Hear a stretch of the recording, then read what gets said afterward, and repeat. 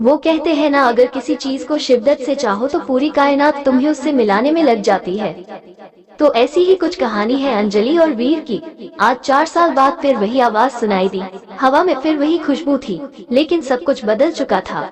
उससे देख के ऐसा लगा मानो जिंदगी मुझसे बोल रही है, तू अभी जिंदा है, तू अब भी ख्वाब देख सकता है, तू अकेला नहीं है अब। लेकिन फिर भी मन में कहीं डर था कि कहीं ये सपना तो नहीं है जो आंख खुलते ही टूट जाएगा। मन में हजार सवाल चल रहे थे कि तभी वो सामने आके बोली, हाय कैसे हो। मैं तो उससे बस देखता ही रह गया। वो फिर बोली, हेलो कैसे हो, कुछ बोलो। मैं हड़बड़ाहट में बोला, मैं ठीक ही हूँ, तुम कैसी हो। वो बोली, ठीक हूँ। तुम इस कंपनी में जॉब करते हो। मैंने कहा, हाँ। उसके चेहरे पर हल्की सी मुस्कुराहट थी और बोली, मैं आज ही ज्वाइन हुई हूँ यहाँ, आज मेरा पहला दिन है जॉब का। ये सुनकर मानो मेरे अंदर कहीं खुशी की लहर चल पड़ी, लेकिन मैं उससे वो खुशी बांट नहीं सकता था। मैं आज 4 साल बाद उससे मिला था। वो मेरी पहली मोहब्बत थी। हम दोनों साथ में बहुत खुश थे, लेकिन फिर एक दिन आया जब वो मुझसे जुदा हो गई।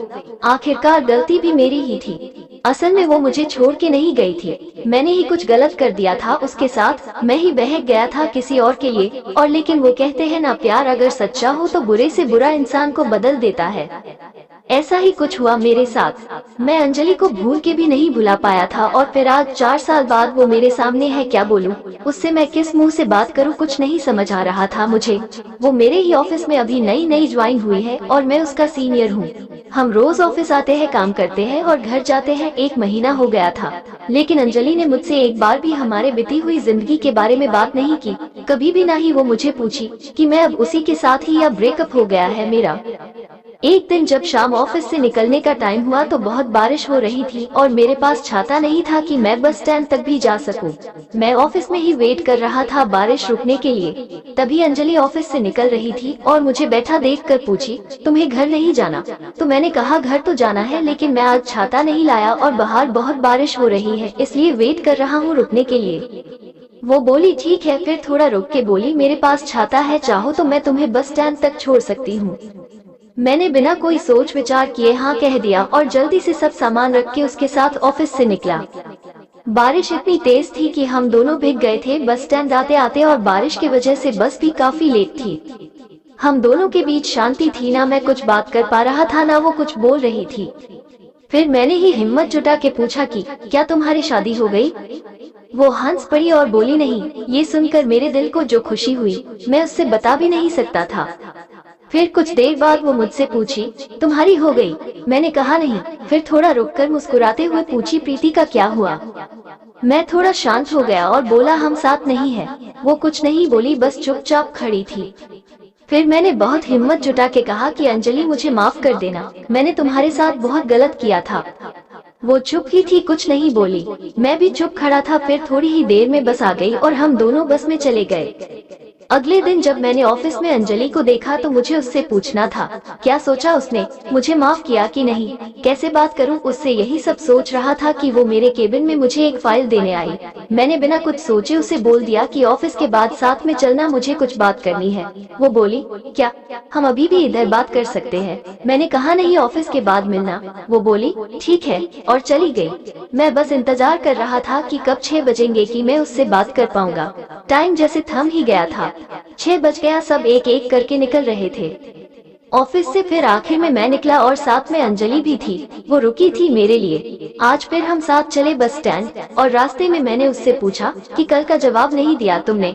वो शांत थी कुछ देर, फिर बोली, किस बात का जवाब, क्या जवाब दूं मैं, गए तुम थे छोड़ के और अब मुझे फिर से वो सब कुछ नहीं चाहिए। तो कोई माफी सवाल जवाब की बात ही नहीं बनती।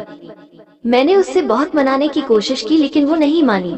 5 महीने हो गए थे हमें एक ही ऑफिस में काम करते हुए, लेकिन हम दोनों ही अब एक दूसरे से बात नहीं करते थे। उस दिन के बाद मैंने बहुत बार कोशिश किया कि अंजलि को मैं मना लूं, उससे ये कह सकूं कि हाँ मुझसे गलती हो गई थी, लेकिन मैं तुम्हारे बिना नहीं रह पा रहा हूँ।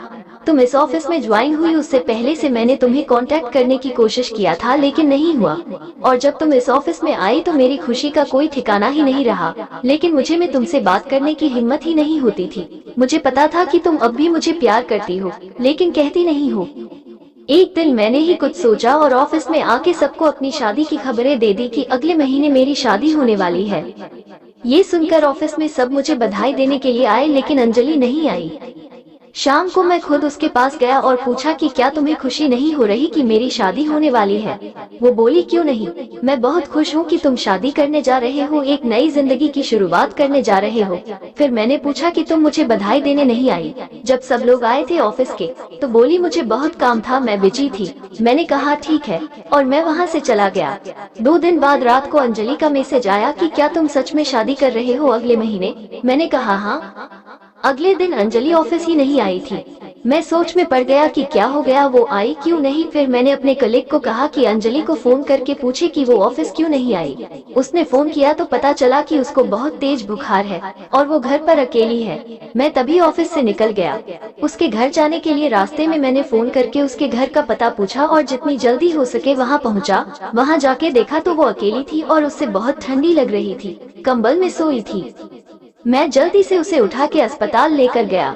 शाम तक उसका बुखार ठीक हुआ तो डॉक्टर ने उससे मिलने की इजाजत दी। मैं उसके पास बैठा था, वो सो रही थी। मैंने उसका हाथ अपने हाथ में लिया, फिर धीरे से उसकी आंख खुली, वो मुझे ही बस देखे जा रही थी।